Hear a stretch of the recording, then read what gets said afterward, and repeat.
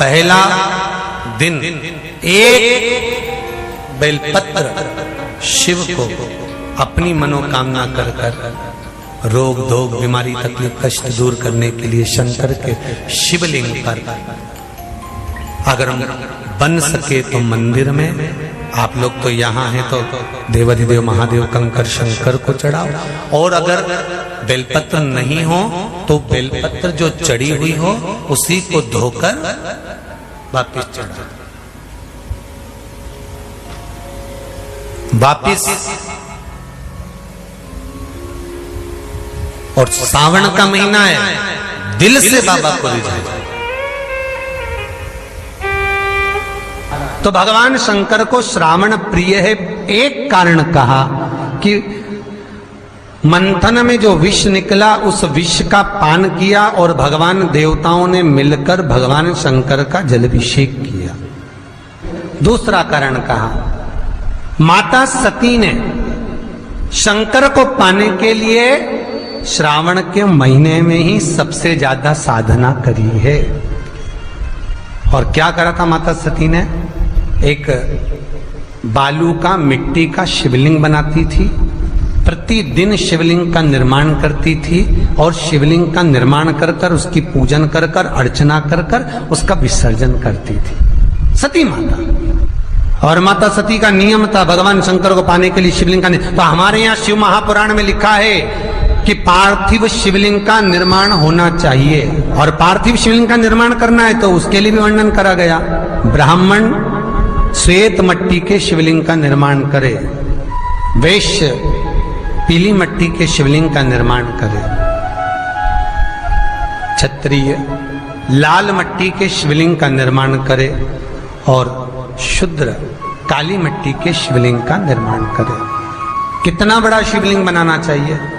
अगर हम पार्थिव शिवलिंग का निर्माण कर रहे हैं या हमारे घर में हम कोई मूर्ति रख रहे हैं या हमारे घर में हम कोई मूर्ति को विराजमान कर रहे हैं तो उस मूर्ति का भाव कितना बड़ा होना चाहिए?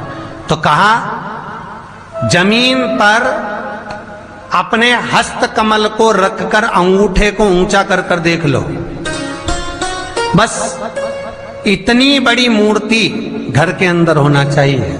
चाहे वो लड्डू गोपाल की हो, चाहे वो दुर्गा भवानी की हो, चाहे वो राम जी की हो, शंकर जी की हो, कृष्ण की हो, जिसकी रखना हो, बस इतनी बड़ी मूर्ति घर के अंदर होना चाहिए। क्यों? इससे बड़ी अगर मूर्ति होती है तो जैसे मंदिर में सेवा होती है उतनी सेवा की उसको जरूरत पड़ती है, और अगर इससे छोटी मूर्ति होती है, जितनी छोटी होगी उतनी सेवा कम करना पड़ती है। तो मूर्ति जितनी छोटी होगी उतना सुख प्रदान करे, उतना आनंद देगी।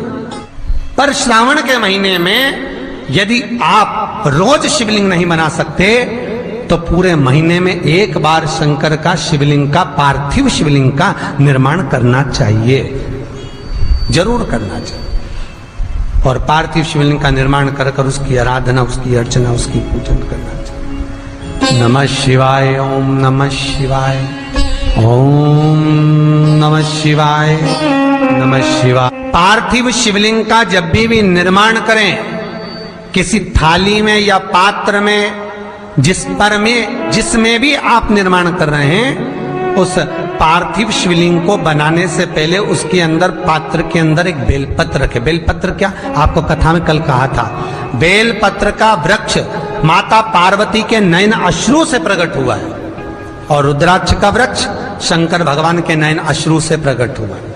तो बेलपत्र रखकर फिर उसके ऊपर शिवलिंग का निर्माण करें, फिर उसके ऊपर शिवलिंग, उसका लाभ आनंदित होगा, उसका सुख आनंदित होगा, वो आनंद फल देने वाला होगा। कई लोग सीधे थाली में शिवलिंग बना देते हैं। माता पार्वती के हस्त कमल पर शिवलिंग का निर्माण है महाराज, हस्त कमल सुख देने के लिए। तो भगवान शंकर के शिवलिंग का निर्माण करें। माता सती ने भी किया, यही श्रावण के महीने में माता सती शंकर भगवान के शिवलिंग का निर्माण करती है, पूजन करती है, अर्चना करती है। फिर शाम के समय उस शिवलिंग को मस्तक पर स्पर्श कर कर जलाशय में, कुंड में, जल में, बावड़ी में, कुएं में, तालाब में उसका विसर्जन करती है मां। दूसरा कारण कहा, सती शंकर को इसी श्रावण में रिझाई थी, इसलिए शंकर को श्रावण अति प्रिय है। कि पहले आती है नवमी, फिर आवेगी एकादशी देवसोनी। तो भंडारिया नवमी का मतलब क्या होता है?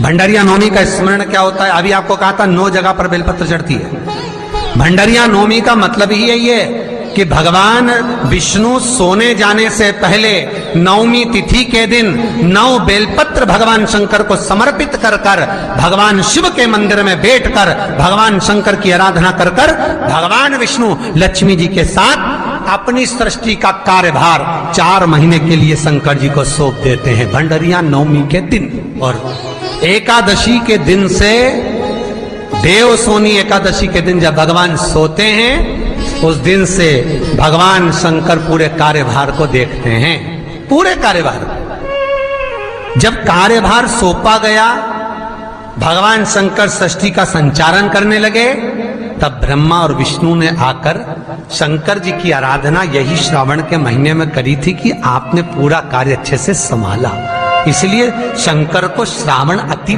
प्रिय है। यह तीसरा कारण है शंकर को श्रावण प्रियता का। अब शिव महापुराण की कथा करिए कि शंकर को श्रावण प्रिय चौथा कारण वर्णन करा कि ये कारण भगवान शंकर की आराधना माता पार्वती ने बाल्यपन से करी, खूब करी, खूब दिल से करी भगवान शंकर।